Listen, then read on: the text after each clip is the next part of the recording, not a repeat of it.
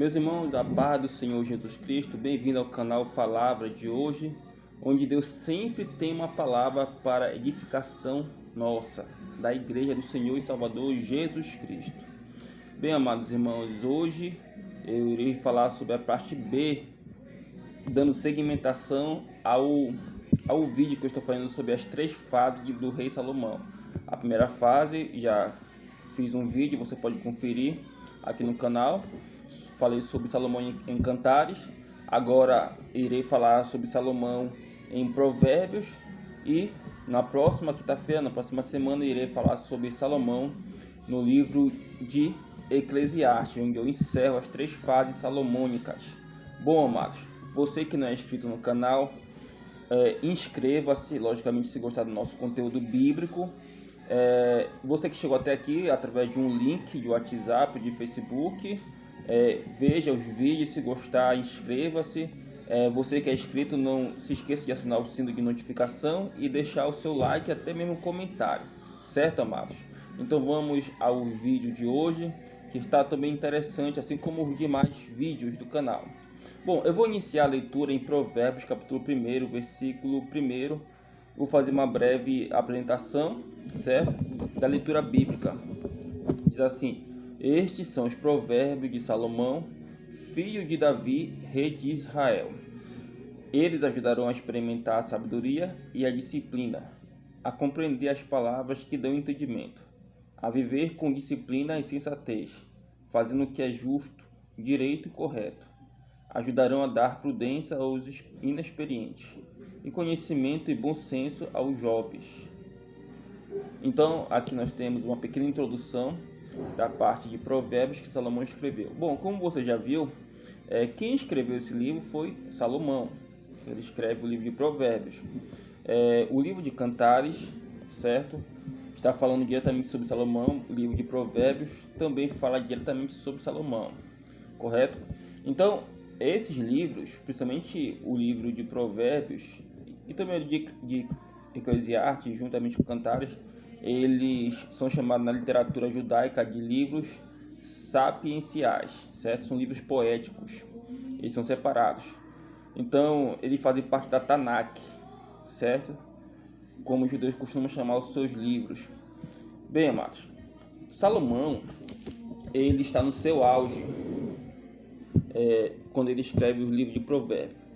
O auge da sabedoria de Salomão encontra-se em Provérbios, certo?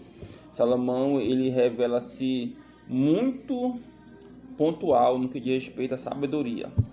Bom, a Bíblia, ela diz que nenhum outro governante que veio antes de Salomão, por exemplo, até o próprio Davi, até o próprio Saul, que foi o primeiro rei de Israel, da tribo de Benjamim, e muito menos depois que surgiu reis prudentes, também como Josias, que foi um dos maiores reis de Israel, no sentido moral, pelo menos falando, e também reformador, né?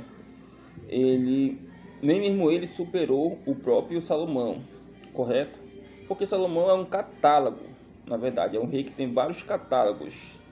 Salomão, ele é um rei que excedeu as pessoas do seu tempo, em termos de sabedoria. Salomão, ele não era apenas rei, ele era mais do que rei. Salomão, ele era um estadista, Salomão, ele era um diplomata, Salomão era um botânico, né? Um botânico, um zoólogo, certo? O zoologista.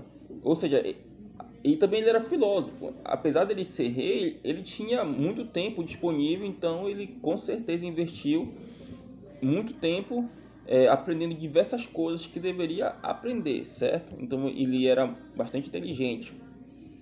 Só que a Bíblia fala que teve um tempo que reis vinham até Salomão, e a fama de Salomão, ela ia para muitas nações fora do Oriente Médio.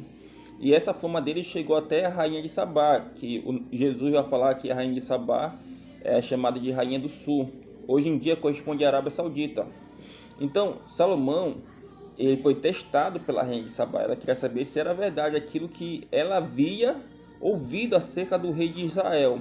Então, ela se dirigiu até Salomão. Nisso que ela se dirige até Salomão, ela fica testando Salomão com várias perguntas. E ela observa que Salomão, ele não deixou nada em branco. Ele respondeu todas as perguntas que a rainha do sul ela perguntou a ele. E ela ficou admirada. Tanto é que ela também faz elogios a Deus, porque ela reconheceu que aquela sabedoria vinha do Deus de Israel, já que lá em Sabá, porque Sabá nada mais era que um reino estendido da Etiópia, certo?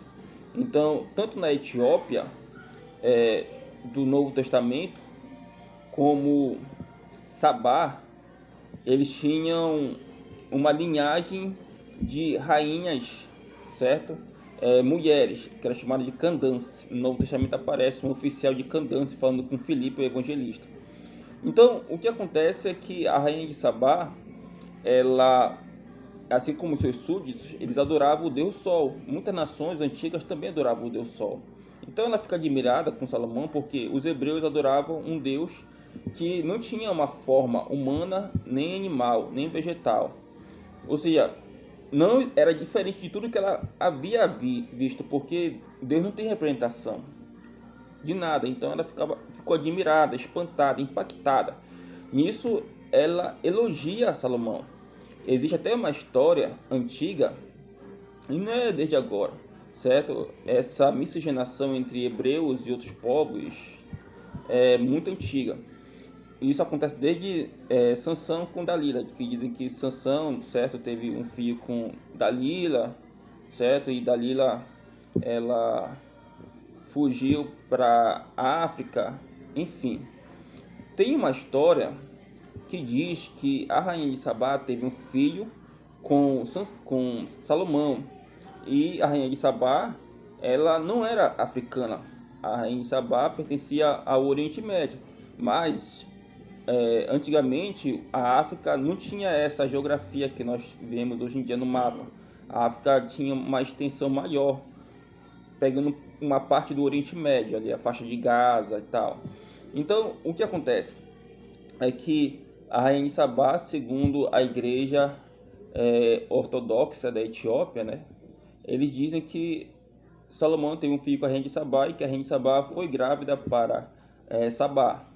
E lá deu continuidade ao povo judeu, porque posteriormente, eles haviam se convertido ao monoteísmo, deixando um politeísmo de lado. Essa é uma das histórias que se conta. Enfim, Salomão, depois que ele recebeu a rainha de Sabá, ele com certeza teve a sua fama muito aumentada, certo? Bom, já que o livro fala sobre sabedoria, o termo sabedoria, tanto na língua grega como também na língua hebraica, falam acerca de quê? A sabedoria, essa palavra sabedoria no grego, vem de um termo chamado Sofia, que até é um substantivo próprio para nome de pessoa, mas na verdade o termo ele quer dizer o que? Sabedoria, né? Sabedoria quer dizer, no grego, para os gregos, para os filósofos, quer dizer um conhecimento elevado. Não era um conhecimento comum, era algo elevado, que estava acima dos outros, um conhecimento excepcional sobre a vida. Já no hebraico, o termo sabedoria, de fato, ele vem de Shabbat, certo? E Binar. E que quer dizer o quê? Quer dizer, para a nossa língua, um entendimento e conhecimento. A sabedoria nada mais é que você tem entendimento e conhecimento acerca de um assunto. E você tem a habilidade de lidar com a vida, sabendo sobre esses assuntos. E você consegue sabedoria com as experiências da vida, certo? Lembrando que sabedoria é uma coisa, a inteligência ela é outra, certo? Então, Salomão, ele, quando vai falar sobre as diversas situações e causas da vida, ele fala de muitas situações. Por exemplo, o livro de Salomão, eu fiz uma pequena divisão. Na primeira parte ele fala sobre como você pode obter sabedoria, como você pode ter entendimento, certo? Ele vai te instruindo como você consegue ter o que ele teve, já que quando ele pediu sabedoria a Deus, ele pediu no momento que ele via que ele não era como Davi. Davi tinha habilidades políticas, diplomáticas, e Salomão não tinha isso. Salomão não tinha experiência, como é que ele vai ser rei? E Deus apareceu em sonho para Salomão, dizendo que já que ele não escolheu se vingar dos seus inimigos, que no tempo era Adonias, e também o seu tio, né, vamos dizer assim, que Joabe era um tipo de tio, um primo, né, mas era considerado como fosse um tio. Joabe, ele se voltou contra Salomão, e também o sacerdote Zadok, e ele não pediu a morte dos seus inimigos, muito pelo contrário, certo? E também não pediu riquezas para ele. Ele pediu apenas entendimento para reinar sobre Israel. Como é que ele vai lidar com um povo se ele não tem experiência? E Deus se agradou disso. Agora o que acontece é que ele explica como é que todos os seus leitores e pessoas da época podiam obter o mesmo que ele tinha, porque ele diz que a sabedoria é melhor que a fama e a riqueza. Então ele explica logo na introdução do seu livro, certo? Em boa parte. Depois, no meio, ele fala acerca de diversos assuntos. Um desses assuntos que ele fala no meio do seu livro é sobre como você deve deixar de ser uma pessoa preguiçosa, observando a natureza, principalmente as formigas que trabalham no verão e descansam no inverno, certo? Se alimentando daquilo que plantaram para poder colher, certo? Então ele fala sobre a questão também do compromisso de você não ficar sendo fiador ou devedor do seu credor, e você pagar o que você deve, entendeu? Para que você não tenha problemas. Ele vai falando de muitos assuntos, mas esses aqui são os principais que eu peguei e detectei e trouxe no canal. Agora, no final do livro, certo? Ele fala sobre a mulher virtuosa, também fala sobre a bebida fermentada. Lembrando que os hebreus, no Antigo Testamento, também no Novo Testamento, eles consumiam vinho. Cerveja não, porque cerveja já não era da questão cultural dele. A cerveja, ela fazia parte da cultura egípcia, certo? E também de alguns povos. Mas o vinho, ele fazia parte da cultura do Oriente Médio. Então, para o judeu, beber vinho não era problema. O problema era você exagerar no vinho, porque isso daí se tirava a tua consciência e você começava a fazer muitas coisas erradas. E aí Salomão vem falar sobre a bebida fermentada e sobre um conselho que a sua mãe lhe deu, certo? Que o rei não deve se encharcar de bebida, senão ele faz besteira. Lembrando que os sacerdotes, filhos de Arão, eles fizeram isso, e Deus proibiu que os sacerdotes bebessem bebida fermentada. Era proibido. E aí Salomão fala também sobre o modelo de mulher, que é aquela mulher exemplar, aquela mulher aplicada, aquela mulher virtuosa, que de fato toda mulher e todo homem também devem seguir um modelo exemplar, certo? Mas principalmente para mulheres.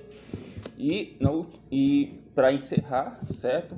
Foi esse assunto que eu trouxe ao vídeo, mas para encerrar nós devemos entender que a sabedoria ela não era de Salomão. A sabedoria ela era de Deus. E quando Salomão entendeu que a sabedoria era dele, ele começou a fazer coisas erradas. E aí ele foi para o precipício. E o que isso quer dizer para nós? Quer dizer que enquanto a sabedoria de Deus nos guiar, nós estamos bem. Mas depois que nós deixarmos a sabedoria de Deus de lado, o que vai acontecer conosco? Nós vamos nos dar mal, porque nós temos que ser guiados não por aquilo que nós achamos bem melhor, mas por aquilo que Deus acha bem melhor. Enquanto Salomão estava com Deus, tudo estava correndo para ele de bom e de melhor. Mas depois que ele deixou o Senhor, o seu mundo desabou. Mas este assunto nós iremos falar no livro de Eclesiastes, que é uma reflexão mais profunda que nós iremos fazer. Amém, amados? Que Deus possa abençoar o seu dia e de todos nós. Fique com o Senhor Jesus Cristo. Um grande abraço.